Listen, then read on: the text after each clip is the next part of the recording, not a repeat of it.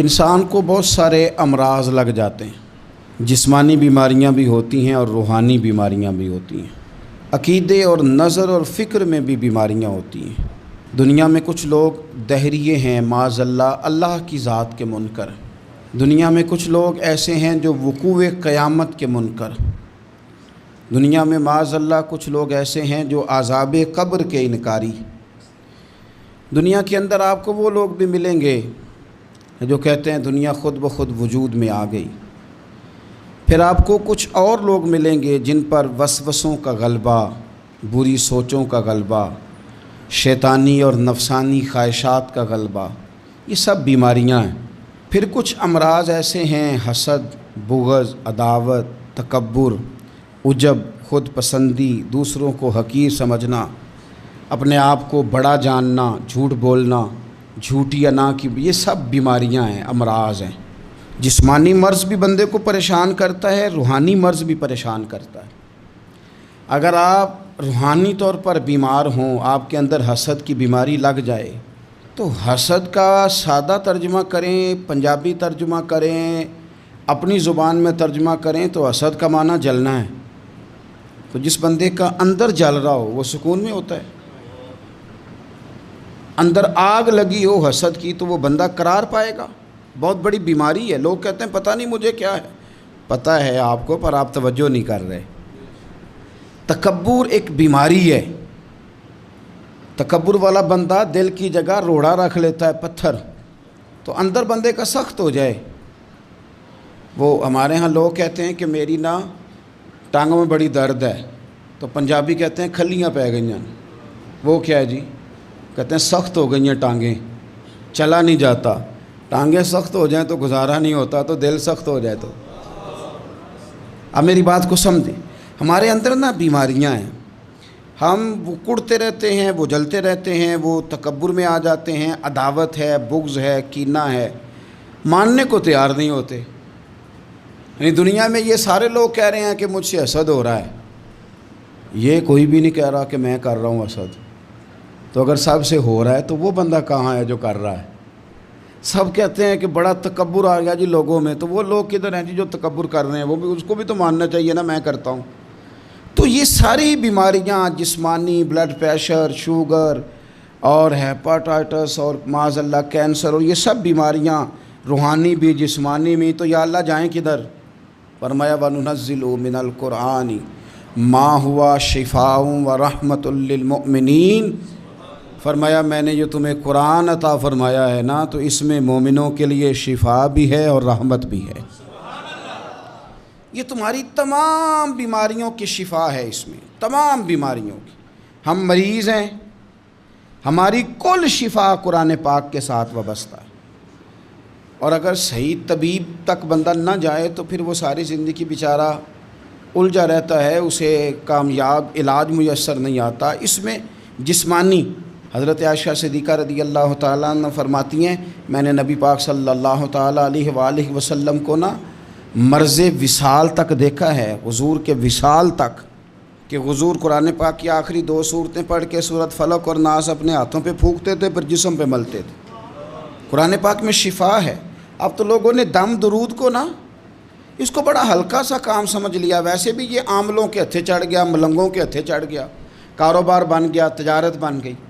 ورنہ قرآن پاک کی آیات پڑھی جائیں تو حضور نے فرمایا سورہ فاتحہ میں شفا ہے، اس میں کرم ہے۔ یہ چیزیں جو بڑی ہمارے لیے سود مند تھی، فائدہ مند تھی، ہم چھوڑ گئے۔ ایک بڑی خوبصورت حدیث ہے، سنیے گا۔ حضرت ابو سعید خدری رضی اللہ تعالیٰ عنہ حدیث کے راوی ہیں، بخاری میں موجود ہے۔ ارشاد فرماتے ہیں کہ ہم ایک سفر پہ تھے، واپس آ رہے تھے، ایک جگہ رات کو قیام کیا، سونا تھا، بستی تھی۔ بستی کے لوگوں نے نہ کھانا پوچھا نہ پانی پوچھا، کوئی ضیافت نہیں کی۔ آدھی رات کا وقت آیا تو ایک بندہ دوڑا دوڑا آیا، کہنے لگا ہمارے سردار کو بچھو نے کاٹ لیا ہے، تم میں سے کوئی بندہ دم درود کر لیتا ہے؟ تو ایک صحابی کہنے لگے کر تو لیتے ہیں، پر تم نے چونکہ ہمیں کھانا پانی تک نہیں پوچھا، تم اگر دم کراؤ گے تو مفت نہیں کریں گے۔ بخاری پڑھ رہا ہوں، پیسے لگیں گے۔ کتنے پیسے؟ بکریوں کا ایک ریوڑ پورا۔ شارحین نے لکھا 40 بکریاں، کنے دما دیاں؟ اور بھائی اس سے کوئی بندہ جواز نہ لے کہ پیسے لینے جائز ہیں، اس سے جواز نہ حاصل کرے۔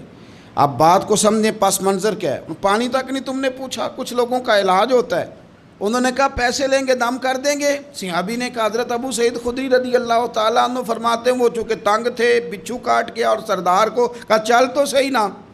وہ صحابی گئے، سورہ فاتحہ پڑھ کے دم کیا، اور حدیث بخاری سے میں آپ کو دکھاؤں گا۔ لوگ کہتے ہیں دم کدھر سے آ گیا؟ بخاری پڑھ رہا ہوں، صحیح بخاری۔ شفا تو اللہ نے دینی ہے نا، رب کریم نے شفا دے دی۔ بکریاں لے لیں، آ گئے جہاں آرام کر رہے تھے اس جگہ، صحابہ میں اختلاف ہو گیا، کچھ کہنے لگے بکریاں لینی چاہیے تھی، کچھ کہنے لگے نہیں لینی چاہیے تھی۔ حضرت ابو سعید خدری رضی اللہ تعالیٰ عنہ فرماتے ہیں پھر ہم نے فیصلہ کیا چپ کر کے سو جاؤ، صبح حضور کی بارگاہ میں جائیں گے۔ اگر کریم نے کہا لینی چاہیے تھی پھر تو موج بن گئی، اور اگر کہا نہیں لینی چاہیے تھی تو بکریاں ہانک کے واپس کر جائیں گے۔ مسئلہ کیا ہے؟ کہتے ہیں صبح گئے حضور کی بارگاہ میں، جا کے مسئلہ عرض کیا، یا رسول اللہ انہوں نے بھی پانی کوئی نہیں پوچھا تھا، ہم نے بھی کہا دم کریں گے تو پیسے لیں گے، تو ہم نے یہ بکریاں لی ہیں۔ شارحین لکھتے ہیں 40 تھیں شاید، تو یا رسول اللہ اب کیا کریں؟ حضور مسکرانے لگے، حضور مسکرانے لگے۔ جس کے گچھے سے لچھے جڑے نور کے، ان ستاروں کی نزہت پہ لاکھوں سلام، اور جس کی تسکین سے روتے ہوئے ہنس پڑیں، اس تبسم کی عادت پہ لاکھوں سلام، اور ان کی باتوں کی لذت پہ بے حد درود، ان کے خطبے کی ہیبت پہ لاکھوں سلام۔ حضور مسکرانے لگے اور مسکرا کے پوچھا اچھا پڑھا کیا تھا؟ یا رسول اللہ سورہ فاتحہ۔ فرمایا سکھائی کس نے تھی؟ کہا یا رسول اللہ آپ نے۔ فرمایا پھر آدھی بکریاں میری ہیں آدھی تمہاری ہیں، پر میرا حصہ نکالو نا بھائی۔ تو قرآن پاک میں شفا ہے، قرآن حکیم میں بڑے سے بڑا مجرم ہو، کافر ہو، فاسق ہو، ایک حدیث مشکات میں موجود ہے، اس کو آپ نے دل پہ لکھ لینا ہے چونکہ معاملہ دل کا ہے۔ نبی پاک صلی اللہ تعالیٰ علیہ وسلم نے فرمایا جس طرح بارش میں پڑے لوہے کو زنگ لگ جاتا ہے، اس طرح دل کو زنگ لگ جاتا ہے۔ تو کہتا ہے میں بور ہو رہا ہوں پتہ نہیں کیا ہے، اور زنگ لگ گیا دل کو۔ تو کہتا ہے جناب میں پتہ نہیں سارا کچھ ہے پر دل پریشان ہو، بھئی اس کو زنگ لگ گیا ہے۔ ہم کہتے ہیں یار پتہ نہیں کیا بات ہے، پریشانی ہو، بھئی دل کو زنگ لگ گیا ہے۔ کریم فرمانے لگے جس طرح بارش میں پڑے لوہے کو زنگ لگ جاتا ہے، اس طرح دلوں کو بھی زنگ لگ جاتا ہے۔ حضور دل کو زنگ لگ جائے تو کیا کریں؟ تو حضور فرمانے لگے ایک موت کو یاد کرو اور ایک قرآن پاک کی تلاوت کیا کرو، قرآن تمہیں زنگ سے شفا دے دے گا، اس کو پڑھو گے تو تمہیں لطف آئے گا۔ اور قرآن پاک کو نا جب بندہ پڑھتا ہے نا تو حضرت مولا علی شیر خدا نے فرمایا تھا قرآن پاک کبھی پرانا نہیں ہوگا، جب بھی پڑھو گے نیا مزہ ہی آئے گا، نیا سرور ہی آئے گا، نئی کیفی۔ بڑے بڑے کٹر کافر قرآن پاک سنتے تھے نا۔ ایک دن عتبہ کہنے لگا ابو جہل سے اور دیگر لوگوں سے کہ بڑی ہو گئی لڑائی، بڑی ہو گئی بحث، اس طرح کرتا ہوں میں جا کے نا تو محمد ابن عبداللہ صلی اللہ، میں جا کے بات کرتا ہوں حضور سے۔ عتبہ آ گیا کہنے لگا میں مذاکرات کرتا ہوں، سب نے کہا چل تو سیاںہ آدمی ہے، سمجھدار ہے، چلا جا۔ جا کے نا تو وہی باتیں جو وہ ہمیشہ کرتے تھے، نبی کریم علیہ السلام سے کہنے لگا ہم سارے آپس میں ہیں، برادری ہے، قبیلہ ہے، ایک شہر ہے، پھر بھی لڑائیاں شروع ہو گئی ہیں، جو آپ کا کلمہ پڑھتے ہیں وہ الگ ہو گئے، جو ہمارے معاذ اللہ طریقے پہ ہیں وہ الگ ہیں، تو کوئی بات چیت نہ کر لیں بیٹھ کے۔ تو حضور نے فرمایا کرو نا۔ کہنے لگا اگر آپ سرداری چاہتے ہیں تو ہم دیتے ہیں، اور اگر آپ مال و دولت چاہتے ہیں تو معاذ اللہ ہم دیتے ہیں، جو آپ کہتے ہیں ہم کرتے ہیں، کسی طرح کا بھی آپ کا مطالبہ ہے تو ہم پورا کرنے کو تیار ہیں، تو آپ بتا دیں ہم وہ کر دیتے ہیں۔ وہ بڑی اس نے لمبی چوڑی تقریر کی، جتنی آفریں گنا سکتا تھا گنوائیں، کریم خاموش رہے۔ جب اس کی بات پوری ہو گئی تو حضور فرمانے لگے میں بھی کچھ بولوں؟ کہنے لگا بولیں۔ میرے نبی پاک نے قرآن پاک پڑھنا شروع کر دیا، چند آیتیں پڑھی، کھڑا تھا بیٹھ گیا، پھر اٹھ پڑا، کبھی ادھر جاتا ہے کبھی ادھر آتا ہے۔ حضور نے تلاوت ختم کی، کہا کوئی بات کرنی ہے؟ کہنے لگا نہیں مجھے اجازت دے دے۔ واپس گیا، جب گیا نا تو ابو جہل دور سے دیکھ کے کہنے لگا جو گیا تھا وہ تو عتبہ تھا، اور یہ جو آ رہا ہے یہ کوئی اور ہے، یہ کوئی اور ہے۔ یہ وہ نہیں ہے جو گیا تھا۔ واپس آیا تو کہا کیا طے ہوا؟ کہنے لگا یار طے کیا کرنا ہے، میں نے شاعر بھی دیکھے، کاہن بھی دیکھے، جادوگر بھی دیکھے، میں نے زمانہ گھوما ہے، پر جو قرآن وہ پڑھتے ہیں وہ بندے کا کلام نہیں، وہ رب کریم کا ہی کلام ہے، وہ اللہ کا کلام ہے، تم نہیں مقابلہ کر سکتے، تم باز آ جاؤ، وہ تمہارے بس کی بات نہیں۔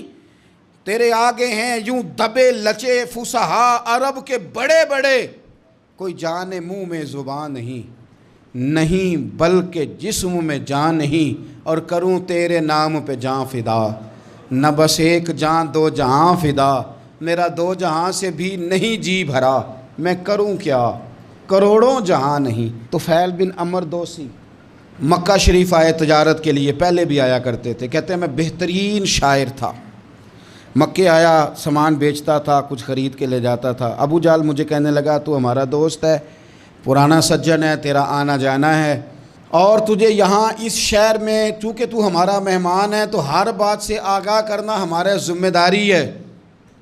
یہاں ایک شخص ہے محمد ابن عبداللہ، محمد ابن عبداللہ صلی اللہ تعالی علیہ وسلم اعلان نبوت کرتے ہیں، اور معاذ اللہ شاعر ہیں، جادوگر ہیں، ان کی تو نے بات نہیں سننی۔